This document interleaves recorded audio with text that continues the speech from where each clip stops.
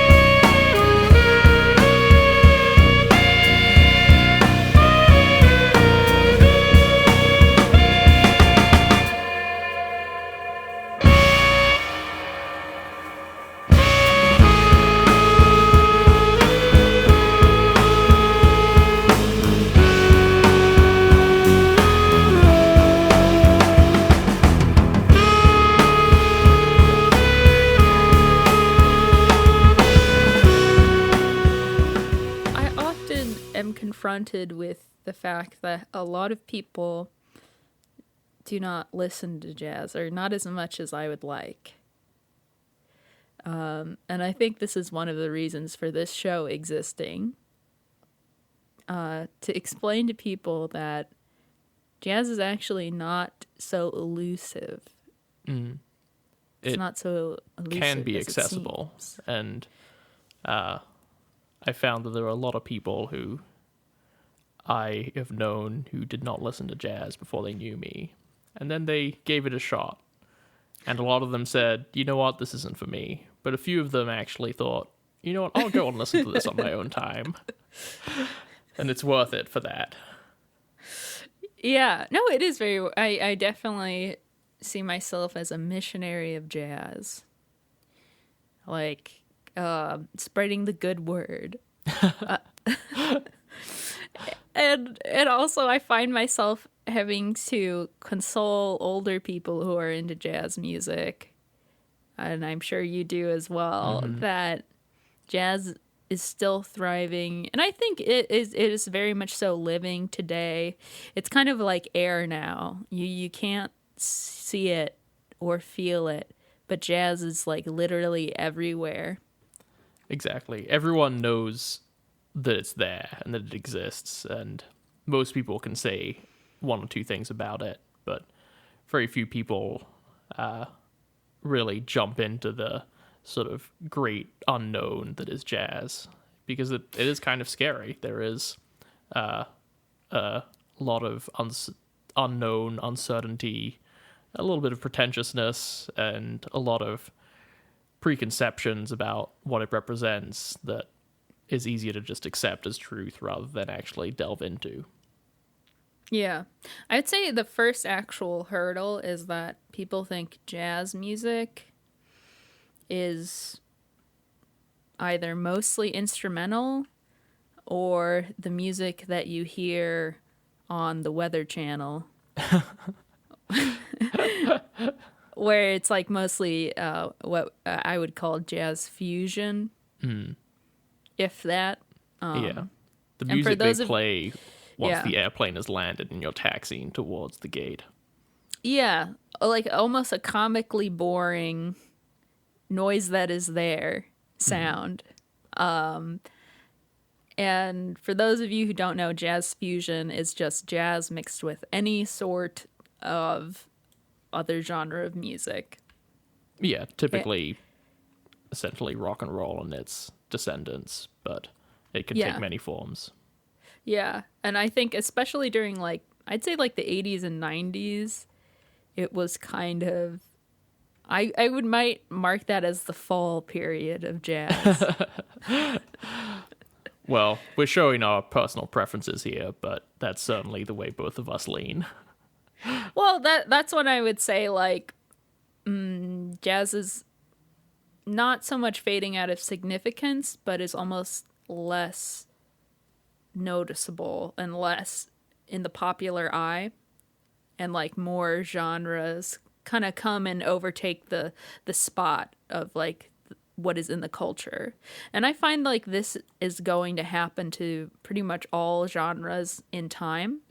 I feel one of the reasons why jazz is not so prevalent or as talked about today in popular culture is because it is so old and it has like always been there that we often cannot like see it or hear about it, or unless you kind of know its roots and influences, can you like notice like, oh, this is like jazzy influence. Because for instance, when I was doing a little like research into city pop, like there is a lot of jazz fusion in city pop, and there is like a lot of different jazz aspects to artists or even players, drummers.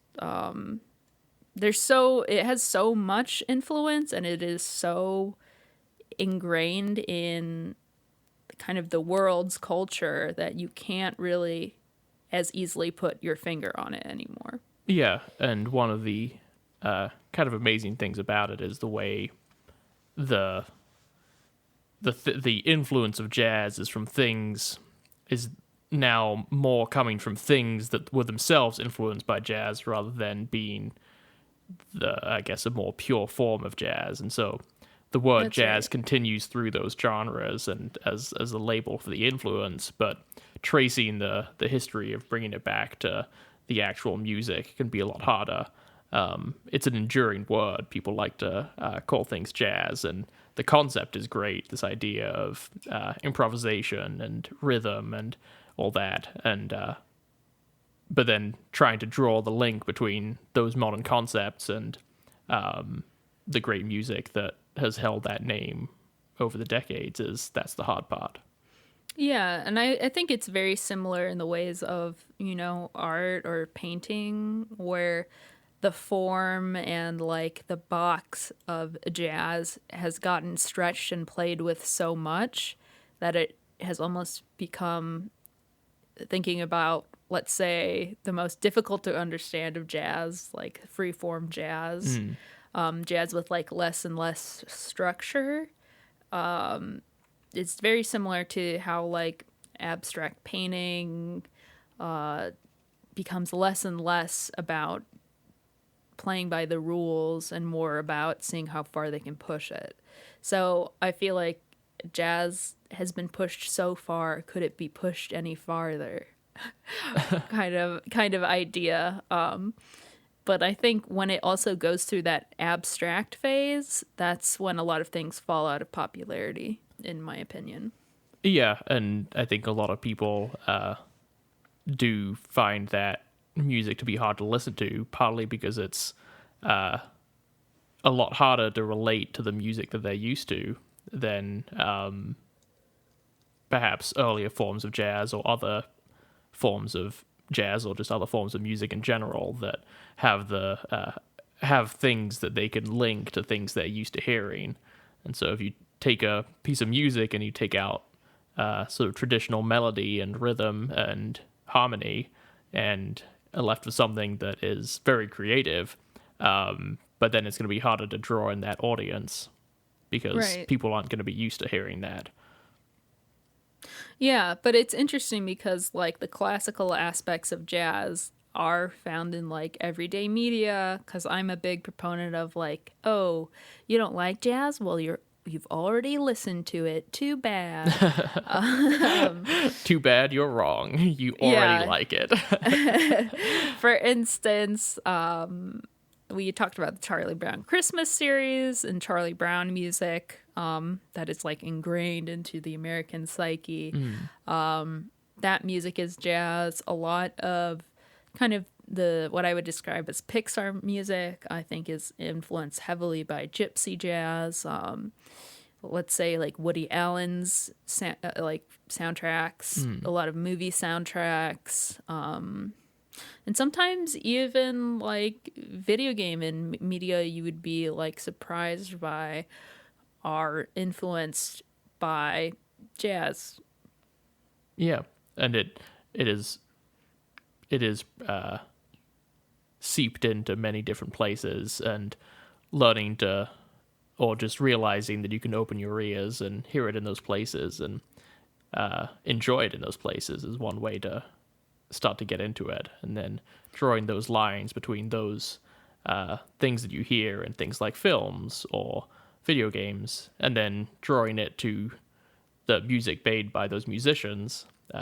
We were talking about the Charlie Brown Christmas special and Fitzgerald, and understanding that the person who played that piano was a guy called Vince Guaraldi, and that he had a lot to say and his music was really great. That can all start from just watching the Charlie Brown Christmas special. Yeah, exactly. And it is very much like you said about training your ear. I feel like whenever you're delving into a genre, it is about that, and kind of starting with the easy weights, right? I'm not telling you to go jump into some abstract freeform jazz, because like hell, I definitely do not listen to freeform jazz in my free time. But, going with kind of the more obvious answers, maybe names you've heard like Miles Davis, or, any of the big jazz greats, Duke Ellington, Ella Fitzgerald, Louis Armstrong and Charlie Parker, for example. And using those names that you already know the names, and that's one of the interesting things, is there's this category of jazz musicians who most people have heard the names of, at least, and they know there's a person called John Coltrane, and maybe they know that he played the saxophone and that he played music sometime in the 60s, and that can be a great place to start, because those great names have endured because they were great musicians, and listening to their music can really be worth it, and a good place to start when getting into the music. Yeah, I personally started getting into music because, jazz music specifically, because of Ella Fitzgerald. She was like the main vocalist that I would listen to when I was feeling like romantic, but I didn't really know that she was like a jazz singer necessarily. I think I just had heard some songs that I liked that she did, and I was like, oh, this is good. And as I'm slowly, developing my music taste, like in my early age, I probably started seeking her out like in college. I found her, and then I found some other artists like Django Reinhardt, and I wouldn't say they were jazz, but they're kind of jazz adjacent. I got into the Ink Spots because of a video game. And just so those were my like first roots of kind of dipping my toes into jazz and just trying out different things, finding a song in a video game soundtrack I liked, from like probably the Fallout series or BioShock or something like that. So yeah, never be too cautious about getting into new music. That would be my first advice.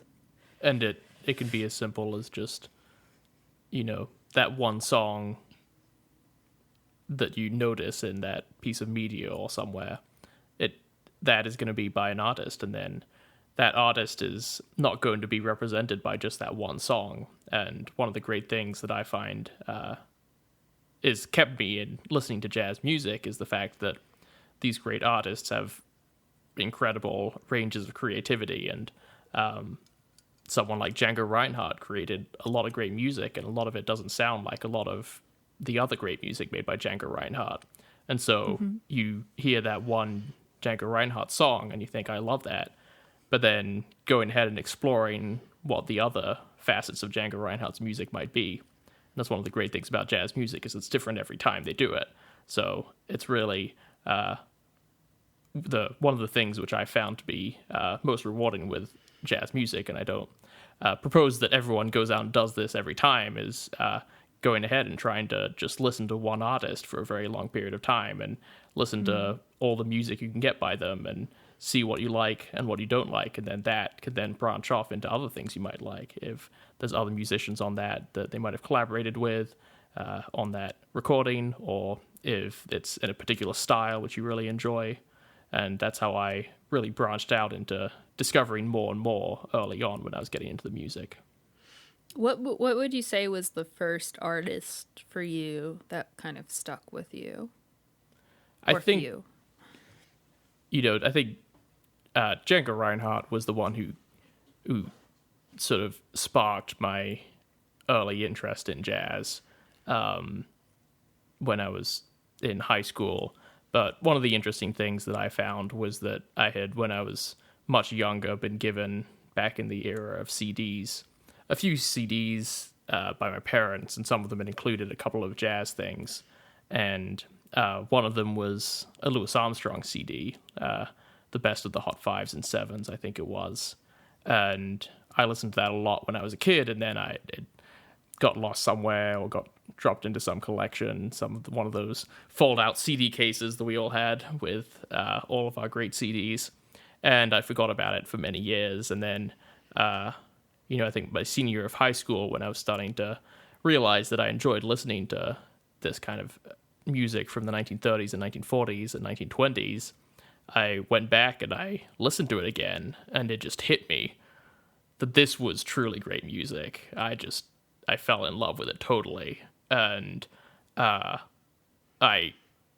really I was not able to hear it when I was much younger, but it was very wise of my parents to buy me that in an earlier day, because when I revisited it, I realized that this was actually some of the greatest stuff that was ever recorded by anyone. And that really was a great starting off point to go listening to other things. So I would, I always like to say that Louis Armstrong is one of the greatest jazz musicians who ever lived, and you can never go wrong listening to Louis Armstrong. He's always enjoyable. And I was lucky enough to have a window into that at that point. Yeah, that's pretty amazing that your parents kind of just offhanded, like, oh, here's this CD. Yeah, exactly. And it turns out it was this? Like, if I was going to pick now, I'm sitting here and looking at my collection of 1,000 CDs. If I had to pick one of them to take with me on the desert island, that'd be a pretty good candidate. I went down and found it in my mother's apartment a few years ago and took it with me. And, that'd probably be in the top 5 or something. That's really funny because, like, now that I think about it, I think maybe the reason why I chose, like, Ella Fitzgerald as my starting point was mainly, and I always describe myself as a person who's completely enamored with female, like, jazz vocalists. So that was, like, my starting point. But, like, as I'm thinking about it right now, I always thought, growing up, I would take tons and tons of dance and music lessons, like from elementary school to like middle school. And I had like a singing class, and I always found that my voice was strangely suited for like older tunes. Like, and I was a little bit embarrassed of it, honestly, because I thought I sounded really old and cartoony. And it was really this one song. It was called like "Put Another Nickel in Your Nickelodeon," which like I as a 90s kid, I was like, Nickelodeon. That's like the TV show. But it was this interesting tune where it was about a Nickelodeon, which is like a picture box you would put a little nickel in, and you would just like see these slideshows of images. And the song would go, "Put another nickel in." And I sang that when I wasn't even in the double digits. And I was like, my voice is weirdly very suited for this song.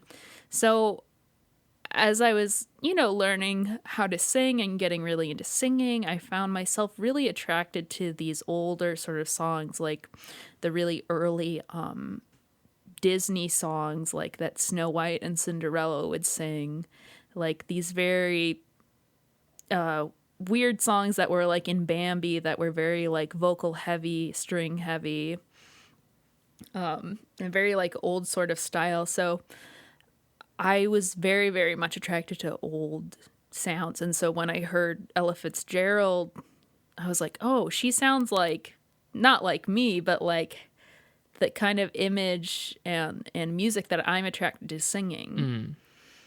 So I think the more I sang those songs, the more I felt like a personal connection with that music. And I think one of the big things for me and for a lot of people who, especially of our generation, who get into jazz music, is a lot of us are first exposed to it through things like these films, or exposed to music like jazz through things like films or video games or TV commercials, or it's just the music is used by the modern world as this like atmospheric sort of mood setter. And I think one of the big steps that I found made me enjoy it a lot more was trying to use it not as like a mood piece, but as actual music. Right. One of my teachers, Phil Shapp, likes to say all music is present tense, because either you're listening to it live, or when you're listening to a recording of it, you're listening to it being performed the way it was performed whenever it was performed. You're playing it back live and thinking about it not as like this capsule of the past, but as actual musicians sitting in a room playing some music, and trying to make that transition to this from thinking about music as a way of sort of evoking nostalgia to thinking about the actual music that's being played and what's great about it and why is it great. And that was a big thing for me in evolving my appreciation for it. That is really interesting, because that's one thing that I really love about jazz is how I imagine it's just like a room full of musicians doing a bunch of different takes, and that there are so many different takes of the same song, even with the same people in the same room, and how it can sound so different. Because a lot of my friends are musicians, and everyone is always trying to get that perfect take. But I after knowing and learning about jazz more, I come in more confident that this is capturing this moment in time and this performance. And I really have to like thank jazz for that, because having all of those different versions and varieties really kind of shows me a more joyful side of recording, and not thinking of them as permanent mistakes, but rather in its own event. Yeah. And the way that those individual takes can be, as you said, snapshots of a particular moment, but every one of those moments can be perfect if they're approached with creativity. And with jazz, that's mostly done through improvisation, but there's a lot more to it than that. There's a lot of the idea that the music is created the way it's created that one time, and that can't be reproduced, because that's the way that the musicians were feeling, and maybe 10 minutes later they're feeling different about it. Yeah, absolutely. So I definitely, besides like having the starting point of like, oh, I like this music, I like this stuff, after delving deeper and deeper into it, and part of that reason is definitely because I met Charlie, but it's given me such a great appreciation for music in general. It's kind of delving into this like subgenre has been much different than me getting into like, oh, a Japanese shoegaze or like weird old reggae, because jazz in itself kind of is, to me, like more than just the music. It's about the process and the attitude and how other people who listen to jazz feel about it and care about it and want to preserve it. And like, there's this very big attitude of respect for music and the musicians. And I think that I really appreciate. And I think that is something which certainly I've been taught by jazz music to treat all music with respect and treat all musicians with respect. And I think that jazz music, by making you listen to music, it teaches you a way of listening in a way, can help you form an appreciation for other musics by applying that way of listening to other musics. And I found that I now enjoy listening to pretty much anything if it's made with care and craftsmanship. And I got that appreciation from jazz. And before that, I would just judge something based on whether it sounded like something I liked or not. And now I think I am much better at keeping my ears open to creativity, whether it has that particular rhythm that I love in jazz or not. Yeah, I don't know, there's just really so much to gain from it that I think people don't realize. And I often think there's this moment where you and I went to see a documentary about this jazz musician who is in and out of prison a lot. And I think of like that room we were in and all of the people who are so much older than us. And we were like the two youngest people in the room. We were both probably not even 25 yet. Definitely not.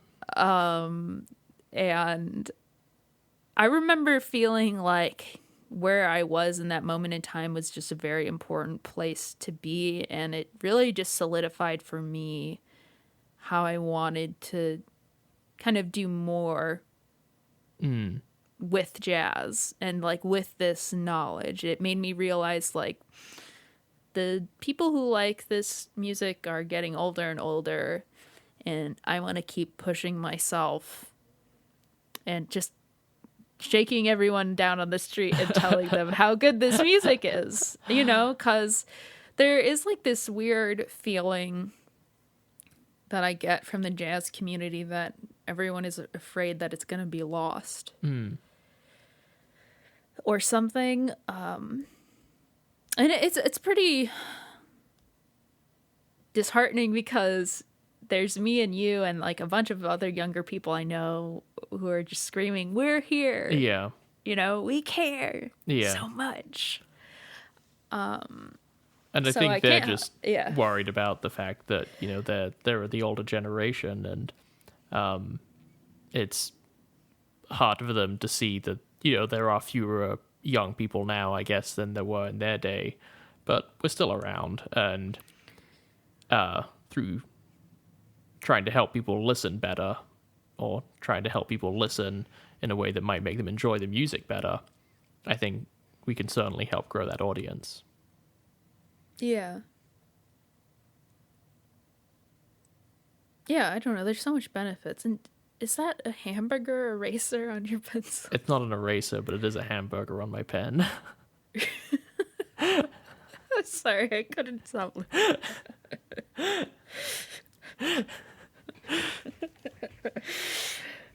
I think we needed that moment. Yeah. I was getting very serious.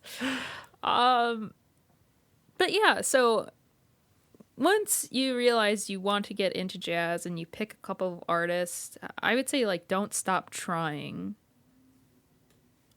Don't limit yourself to, because from the beginning I thought this about all music. And my attitude certainly has radically changed. But like I can't listen to anything if it doesn't have vocals.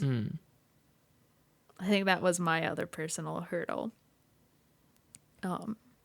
But I think just sitting with the music, and what I think I was really uncomfortable with is just like having an internal monologue at the same time. Or something. I don't really know. Like it was almost like being left alone with my thoughts. Yeah. And I think that another thing which I would say is we're also now used to searching for music on the internet, and there is so much music on the internet, but the way that we search for music on the internet isn't necessarily always going to be the best way to search for music, and to try to learn other ways of finding music and finding that music exists. And with jazz music, for example, a big thing when you start to get into it is that you have often a band leader, and then you have a lot of great musicians in that band, and maybe the soloist you really like isn't the band leader. If there's a singer singing and their name's on the record, but then there's a great saxophone solo, who's that saxophonist? So learning how to get a little bit into discography and finding out which musicians are on what records, and then starting to trace the connections between those records using those musicians can be really valuable. And Yes. something you were saying is, the ability to just listen with your ears. And, one of the big things is there's a lot of music on YouTube, but a lot of great jazz doesn't have that visual component. And so sort of learning to move away from, I think, those visual, the film-based performances, which many of them are great, but they're not necessarily the greatest jazz. And a lot of them definitely don't have the best audio quality for jazz, which certainly works against them. Yeah. Yeah, that was like one interesting thing that I had never gotten into before until jazz music, was getting into certain musicians within a band or a recording. Yeah. Because like before I would just listen to bands and they were the bands, and I didn't necessarily care who was playing bass, or, I mostly cared about the singer, because to me I was like, oh, singing is the best. Yeah. But yeah, that's something I had never experienced before, being interested in one single musician, and it was almost kind of like a small adventure tracking them through like what they had played on, whose bands they had been in. I don't know, it was really fun. Yeah. Strangely.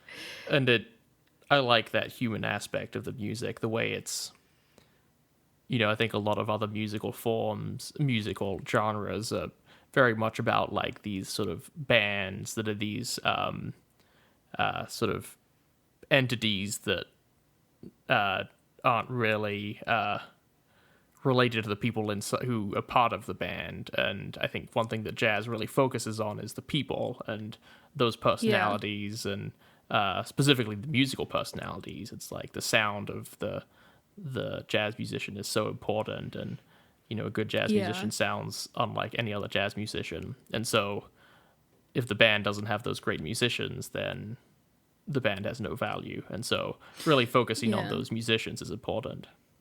Yeah, it's definitely a big emphasis on individuals gathering for a moment, or maybe a day or two in time. Yeah. And then they disperse. Exactly. Scattered to the winds. And then you turn on the light and the cockroaches scatter. The jazz roaches scatter.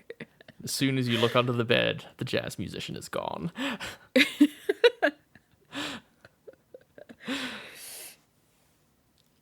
Well, I don't know, what is a bit of music we're going to leave people with as a recommendation?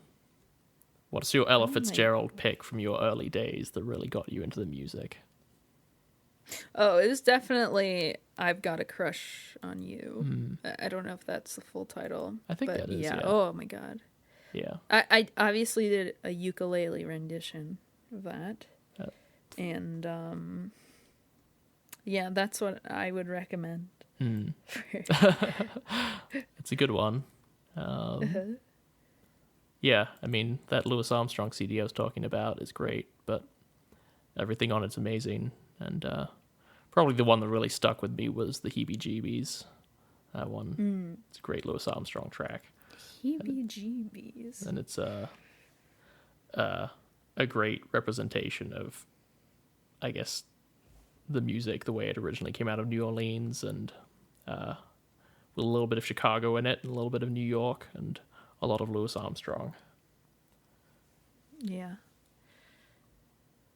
I don't know. You just get so much more as you go, like from jazz. Like, in recordings sound totally different the more and more you listen and the more and more you train your ear. Yeah, just cannot recommend jazz enough on this Jad podcast. You really should try it. Yeah, on this jazz podcast, we're surprising everyone by recommending jazz. Yeah, and I think that's a pretty good place to leave it. Do you have any last thoughts, Charlie? No, I mean, I think if any of the people listening have any thoughts about things that we might be able to expound on this topic, and what are some more specific ways that one can connect those dots of the things we've been talking about, because you and I have been listening to this music for a long time, so for us it's all sort of natural to go from one thing to the other. But I think one could say we're lost in the sauce. Got to make sure we don't drown in it. Do you think it's barbecue? Maybe it's ranch dressing or something. Ew. No. It's a delicious artisanal ketchup. Oh. Okay. Maybe a little spicy. Yeah. Spicy ketchup. All right. Thank you, everyone, for listening to this mini episode of Shellac Attack. We try to have an episode, or maybe two if we're ambitious, every month. Please follow Jam Eater Records to get any other updates about our stuff. And thank you so much for joining us, and I hope you enjoy some jazz this evening. And tomorrow evening. And the next evening. And many more to come. All right. Bye. But yeah, that's something I had never experienced.